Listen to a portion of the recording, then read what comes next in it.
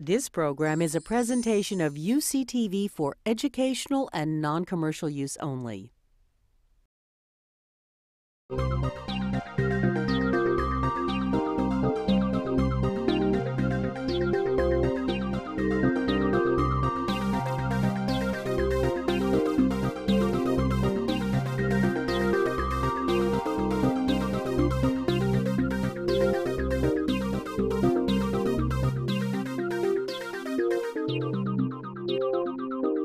Welcome to A Conversation with History. I'm Harry Kreisler of the Institute of International Studies. Our guest today is Dr. Lucy Shapiro, who is director of the Beckman Center for Molecular and Genetic Medicine at Stanford University and the Ludwig Professor of Cancer Research in the School of Medicine there, and a senior fellow of the Spogli Institute for International Studies, also at Stanford. She is the 2009 Hitchcock Professor at UC Berkeley. Professor Shapiro, welcome to Berkeley. Thank you. Where were you born and raised? I was born and raised in Brooklyn, New York. And looking back, how do you think your parents shaped your thinking about the world? Let's see, I'm a daughter of immigrants, and it was extremely important for my generation of immigrant children to be very successful. And we were a poor household, but there was always somehow the wherewithal to give us piano lessons and dancing lessons and language lessons. And academics was extremely important. And was science something you picked up at home, No. in high school, in college? No, not at all. In fact, I have a very unusual background. So music was always very important in my household. My mother was a piano teacher and a public school teacher, and my father was just always interested in the entire world. But music was important.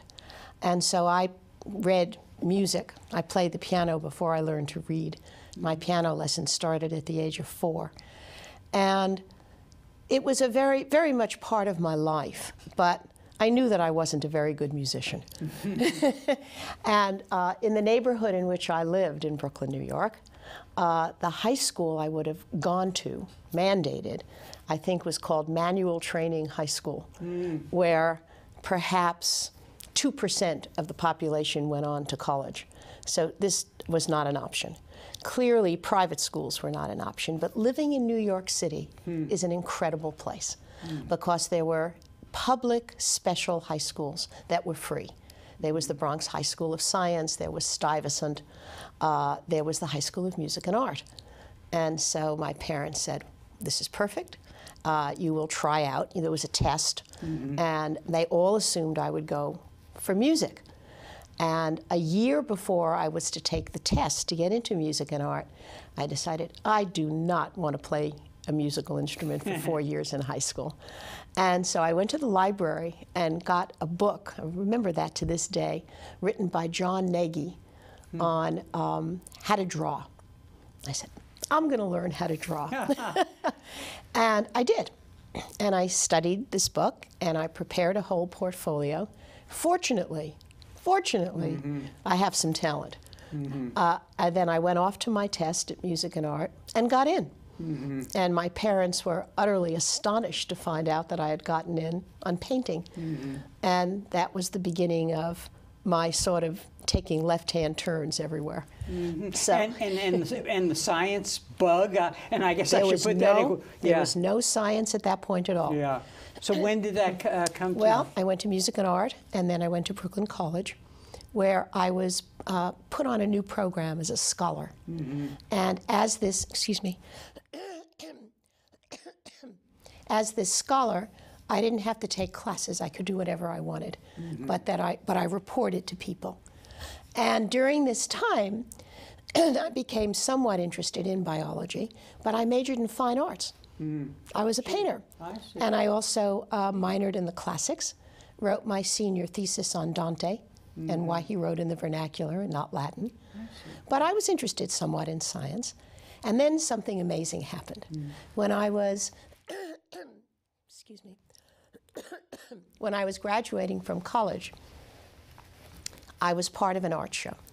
and a man named Ted Shedlovsky at Rockefeller University, who's a physical chemist, bought one of my paintings. And Ted had this avocation in life of finding young people in the arts, getting to know them, deciding if they were smart, and then convincing them to go into science. Gee. Yeah, Jerry Edelman, a Nobel Prize winner, is one of us Shedlovsky kids. There are a whole bunch of us. Yeah. And he's a mentor.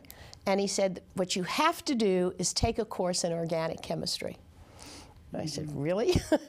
And I did. And it was an eye-opener. I absolutely loved it. And maybe because it's the way my head works, I see things in 3 dimensions, but I thought organic chemistry was absolutely beautiful. And this is really what I wanted to do. And then where did you do your PhD work? So at that point, Ted encouraged me to apply for graduate programs, even though I had barely no background to do so. I think Rutgers was my safe school, and they turned me down. But I got into almost everywhere else I applied, and I went to Albert Einstein. Well, it was New York University at the time. A year later, the whole department moved to Albert Einstein College of Medicine. But I was accepted, and my whole first year in graduate school was very unusual. Well, it sounds like you needed to take some beginner courses to do the preparatory work you hadn't done in college. I took a lot of math, physics, a lot of chemistry. And I had the unusual opportunity of taking courses at different universities around the city. So my mentor at that time, Tom August and mentors, and Jerry Hurwitz, a very well-known biochemist, helped me find the very best courses in the city. Oh, gee. And so I just had incredible training. And chemistry was really some of the most exciting things I had been exposed to. But I had to learn how to think analytically. So courses in physics and quantum mechanics and statistical mechanics were really very important. And it was the first time in my life where I had to really work hard to, I remember doing problem sets, morning, noon, and night. But I did learn. And while this was going on, I was actually working in the laboratory. And so hands-on experience. Absolutely. Yeah. So this raises an interesting question, because we'll talk about your research in a minute, but you're on the cutting edge of major breakthroughs in developmental biology and genetics as you study bacteria. And I think students in our audience would be interested in what it takes, the skill base involved in what you do. You've already given us a hint of that, but talk a little about that. I mean, well, let me come at it in a different angle. Okay. The fact that I went from fine arts and the classics to learning quantitative approaches to science sort of gave me license to try to do different things and gave me the belief that I could do anything I wanted to do. So I was never on a track. And when I realized that I had to learn how to think quantitatively and analytically, and it was hard work, then I knew I could approach any scientific question I wanted to approach, whether it was in physics or chemistry or biology, it didn't matter. But I was interested in the living world. Now, it raises an interesting question, because as scientists who appreciated your art and directed you into science, and then you were in music, is there a landscape of the mind, let me say it this way, in music and art that, in addition to building self-confidence in you, that you could do anything, which you do? Talk a little about that. Are these worlds not as different as we might think they are? Oh, I don't think they are, really. Yeah. I think what we're dealing with is creativity and the ability or the desire to think differently. And I think that's critical. And what I found in writing about Dante and trying to understand what he did is I could get bits and pieces of anecdotal information and try to make a logical construct. But once I was working in the science domain, there was a lot more hard data. And I could take this hard data and, what I like to say, is build stories, build supposements, build ways of thinking, and then try very hard to disprove what I think I'm purporting to be true. And that's the key of doing really good science.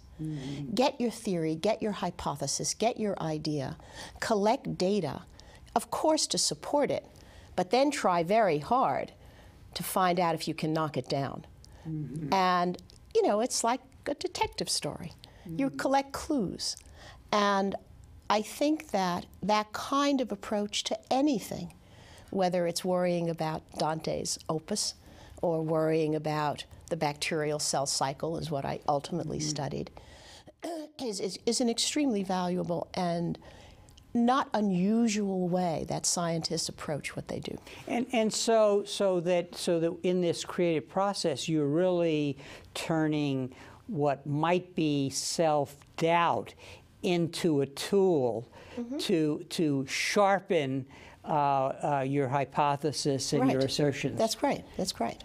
And I guess that it was in retrospect, it turns out to be a real virtue that you weren't tracked early. Oh, yes. In the sciences. Yes, and I think it's really fairly unusual. Frequently now we see people coming from the science, some physics and chemistry, and going into biology, because that's pretty exciting right now. Rarely do you see it the other way. Do you see people from humanities going into science? And that's a pity, because certainly it can be done. And it's easier to do it in the United States than in Europe, where the education is much more channeled, or in Asia. You just don't see this kind of freedom to change. But I think it's extremely important that people keep an open mind about what they might want to do or how they might want to do it. And there are no rules and regulations. You can learn how to think differently at any stage in your life. And it also gave me the freedom at every stage of my scientific career to learn a different kind of science. And because of that, I could apply many, many different ways of thinking, many different disciplines to one question. And I was very fortunate in that after I finished my PhD, which was in molecular biology, and in which I discovered a new RNA-dependent RNA polymerase, and I was really trained as a biochemist. When I did a short postdoc for only 6 months, and then was offered an assistant professorship back in the department that I had gotten my PhD in. And the chair at the time said, why don't you take 3 months and think about what you want to work on? This hardly ever happens anymore. Usually you're really tracked in. People do 3 years, 4 years of postdoctoral work. Well, I didn't do that. And that 3 months of thinking and reading was just incredible. And I had decided at that point that if I was going to spend my life working on a scientific problem, it had to be something I was passionate about. And it seemed to me at that time that I wanted to understand what it meant to be a living thing. And I tried to find the simplest cell I could study, which turned out to be a bacterial cell, and study that cell as if I were a systems engineer, taking it apart in all of its parameters and then putting it back together again. Of course, I'm speaking metaphorically, but we've been able to, in fact, do it much more than metaphorically, and understand how a living entity, all the things it does to go from 1 cell to 2 cells and be alive, is completely integrated. It's like an absolutely beautiful machine. And so I dedicated my life to figuring this out. And let's talk a little about that, because in your work and in your lecture yesterday, you showed us a DNA in a bacteria, and you know it's beautiful, you know, on the screen and so on, but it looks like a bundle where sort of nothing is going on, and your work really was. And your lecture describing that work, it was kind of unbelievable for a person who's not a scientist like myself to see this intricate machine that lies hidden there. Yes, it's amazing. Yeah. It's truly amazing. But you have to realize that this is the result of almost 40 years of work. Yeah. And working with over 50 talented postdocs and 40 talented graduate students who are phenomenal. You know, we work in the lab as a team, and we share ideas and thoughts constantly. For example, in our lab, every Tuesday, we sit for 2 hours, the entire interdisciplinary lab, all 22 of us. There are people in the lab who are getting their degrees in physics, in chemistry, in genetics, in biochemistry. And we talk and we think. One person presents their work, and they have to make sure that everyone sitting there understands their language. And then we tackle a problem, and we troubleshoot this problem. So the work that has come out is the cumulative output of almost generations of incredibly talented young people. To help us understand the creative moment, maybe a creative moment that was very important for you, and your reaction as you realized what you've come upon, you and your team have come upon. Well, let me give you an example. Yeah. Okay, I could give you many, Yeah. but I'll give you one. So it's known, it was always known, that the bacterial cell has free-floating DNA. And, you know, the bacterial cell is very little. But the DNA, if it's stretched out, is 1,000 times longer than the cell. So it's compacted inside this cell. And it was always thought that it was sort of smunched together like a ball of spaghetti into this cell. That when it duplicated, it somehow got copied, attached to the inside of the bacterial cell wall, and as the cell grew, it pulled it apart. Right? To me, this seemed not logical. It wasn't what nature would do. It was not clean. And we knew that while the cell has to duplicate this mess of DNA, it also has to transfer the information in it. So you have to copy out the messages that are encoded in this thing. So much is going on, it cannot be a random stochastic process. And so we all sat and thought about it a lot. And we showed that at least one part of the chromosome was attached to one pole of the cell, and the other part of the chromosome at the other pole. And then we said, well, can we design an experiment in which we put a fluorescent tag on many, many, many, many different genetic loci all around the chromosome, and followed it by doing very, very sophisticated microscopy. So we all got together and worked on this, and we realized that it would take 10 students 50 years sitting in the darkroom to take pictures constantly of these fluorescent signals. But if we automated this, and if we designed a microscope and a computerized system that could analyze the data for us, we could tag up in each of, 115 different cells, tag a different spot on the chromosome, and then have computer-aided technology solve the whole thing, it would work. And we did just this. And what it did in one experiment was get rid of this fog of what people thought was going on, showed it was completely wrong, that the chromosome, in fact, is highly organized. You know, where a gene is on the chromosome reflects where it sits in the cell. And that when you start copying this chromosome, as you copy a region, it jumps to its correct place. So in one experiment, we were able to truly understand something that had been guessed at for years and years. And that is an incredible experience.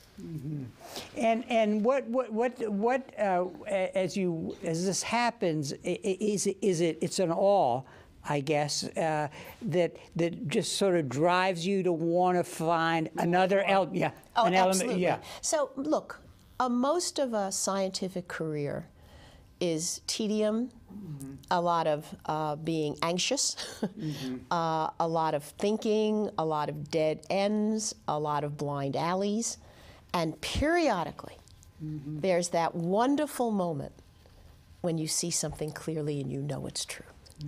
And we all have this. There are not a lot of those. But they're so wonderful that it feeds this passion, and you want more and more of it.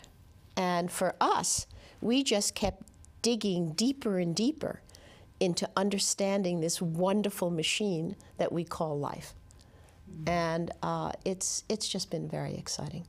Now, this part of your work has a beauty, a quietness mixed with anxiety, you just said, but you focused on bacteria, and bacteria has led you to also focus beyond your science onto some big issues of public policy, because in this new century we're in a world where things like bioterrorism, the failure of antibiotics, the fact that bacteria are, as you say, engineers themselves, are all coming together to to give us a complex set of problems that are really quite difficult.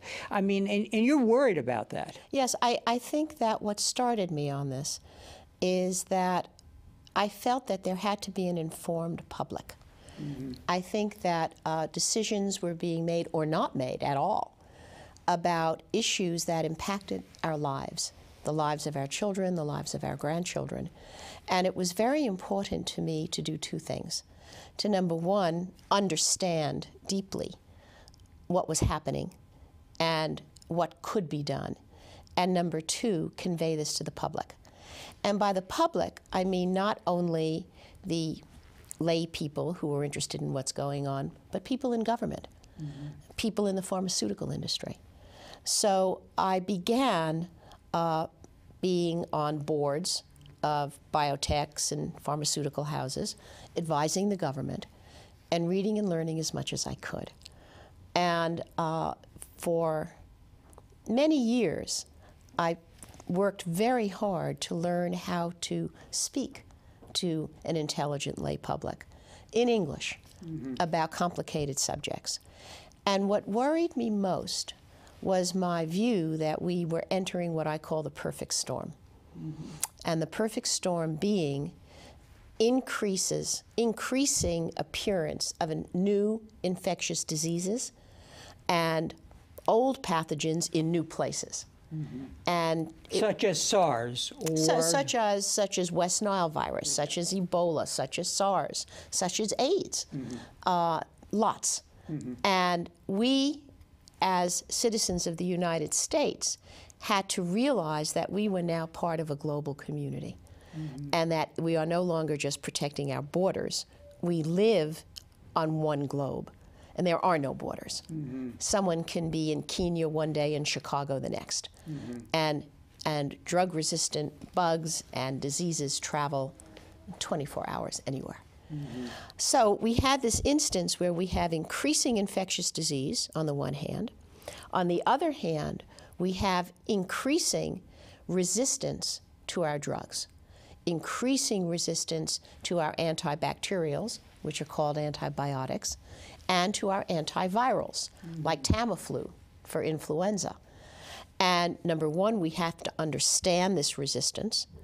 Number two, we have to know how to get around it. And we have to alter our healthcare system to deal with that. So that's another part of the perfect storm. Then there's the part of the perfect storm where it isn't financially appealing to design new antibiotics, because if you get a new one, it's going to be put on the shelf and saved until the other ones stop working.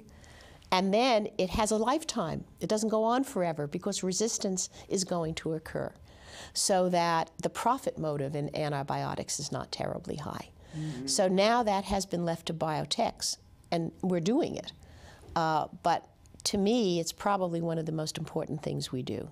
Now, at the same time that all of this is going on, we had 2001 and the anthrax scare, and there have been blips of bioterrorism happening through time, from throwing putrefied corpses over the walls of old castles to measles-infected blankets to Indians. This is not brand new. I mean, this has been done for centuries. But it does appear in our lifetime. We have to know about it. Fortunately, the preparative work that must be done for both the problem of natural infectious diseases emerging and bioterrorism is the same. You have to be able to identify your pathogen, you have to be able to have an antidote to that, and you must understand the laws of quarantine, which we do a very bad job on. Now, I want to break this apart and pick out some of the key points here. And one is the bacteria that will be the focus of our attention in what we've been talking about. They are very smart creatures, basically. So you say that in a way they're very good biological engineers. So they're at work as we are creating a new world. So I think that when we talk about how smart the bugs are, I think we have to understand what I mean by that. Bugs are smart because they've been going through billions of years of evolution.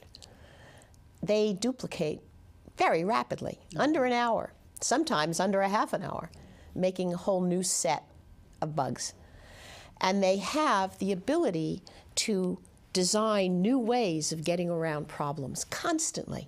So if you look at the evolution of mammals and humans, and you look at the evolution of these little tiny bugs that are reproducing constantly, you can just speed up evolution. And because of that, they can design all kinds of new ways of doing things, so that they have figured out ways of dealing with antibiotics, so that they design a mechanism to not let the antibiotic in, or to let it in but then spit it out, or to let it in and then modify it chemically. And their bag of tricks is truly amazing. And meanwhile, they're dealing with an adversary, us, that is both abusing the use of antibiotics as we give it to more and more animals that for consumption on the one hand, but then on the other hand, we're overusing them in the treatment of illnesses that may not even be caused by bacteria. That's true. And so I think that it's a wake-up call. It's really a wake-up call. We do have many antibiotics that are still functioning, but there are many pathogens that are resistant to all of them. So it's become absolutely critical that we now really rein in our use of antibiotics for our livestock, for our plants in orchards, for humans, and make sure that we use them appropriately and carefully. And this is a big problem because it crosses all kinds of political and legal boundaries. And I think that people are beginning to deal with it, but not enough. And when you get into the world of bioterrorism, and you said something very important for our audience, namely that if we deal with this biological problem, that smart bacteria, our abuse of antibiotics on the one hand, that you still have the problem that these two worlds, bioterrorism on the one hand, the real threat that's emerging biologically, they get intermingled. And so sometimes we say there's a threat from bioterrorism, but there isn't. But what you're trying to emphasize is that if we deal with one, we also deal with the other. Absolutely. Yeah. And also we have to be cognizant of the fact of a very minor bioterrorism attack, let's say anthrax. And bioterrorism can come from anywhere, inside or outside the country, will cause an enormous fear response, have an enormous economic impact. Look what happened with SARS, all right? SARS really did not kill a lot of people. It was not huge, but the fear impact was huge. And there was a major worldwide economic disruption as a result of that. So that if a relatively minor quote-unquote attack, this happened to be natural, not malevolent, would cause such havoc, then it doesn't take much to do something that is very worrisome and not on a grand scale. Now, what would you like to see happen, looking into the future in dealing with this set of problems? Because you're dealing with making people afraid, which can have negative consequences. But on the other hand, you do want to educate them. I think you said in something where I read Clorox is something that everybody has in their home that can be used. So I think that this can be done on a number of levels. Number one, an educated public is the most important. An educated public is less fearsome than one that's not. And I think that we as scientists have a responsibility to speak as frequently and as carefully to the public as we possibly can about what we know, and not put it in terms of being terrified, but rather this is what we can do. So we can start with us in our homes, knowing how to protect ourselves, knowing that we should have Clorox around if we want to clean surfaces, that we should wash our hands all the time, that if there is some sort of epidemic of flu or something else, simple face masks work very well, which they do in Asia all the time. That's home. Stay out of crowds. But more than that, the next level is our physicians and our hospitals. Hospital-acquired infections are huge. And in Sweden, they learned how to deal with this by instituting very rigorous standards of cleanliness, constantly cleaning your hands, being very diligent about not going from one patient to another with dirty hands. And you know, antibiotics through this generation of ours has made us feel sort of, well, we can always take a pill and we'll be fine. Well, those pills are going away. And so we have to go back to the time of careful hygiene. And now this is happening again. And American hospitals are just beginning to realize, my God, we've got a problem. And they're dealing with it by instituting very, very careful regimes of cleanliness again. So that's another level. Then you move from that level to the government level. And there you say, well, we have to have more research going on for antibiotic discovery. We need more research to find out why these things are becoming, why these pathogens are becoming resistant. To do that, we need oversight and cognizance of the problem at the government level. So money can be put into that as a priority. And of course, that is somewhat happening, but not enough. And it's important to have an administration in place that appreciates science. And basic research. Yes, and realize that it's not just, oh, this is what I do for a living, give me more money. It's much deeper than that. And that in many ways, we're working for the common good. And we have to have a political system that can intelligently respond to what scientists are trying to say, whether it's world health, whether it's climate, whether it's energy, any of these. And there are arguments on both sides in all of these things. But with respect to health and antibiotic resistance and emerging infectious diseases, this is not a polemic. This is a problem here and now. You know, the canaries are dropping dead. Right.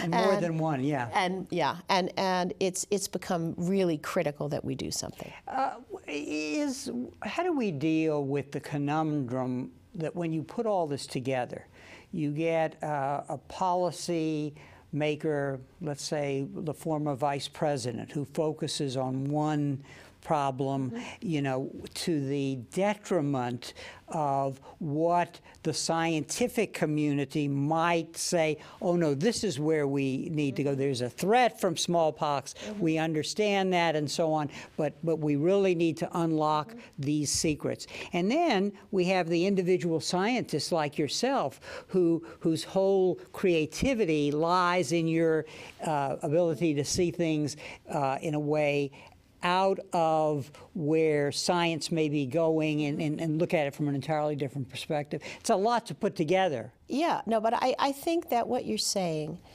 is that our political system must have people in it who can integrate across many different problems.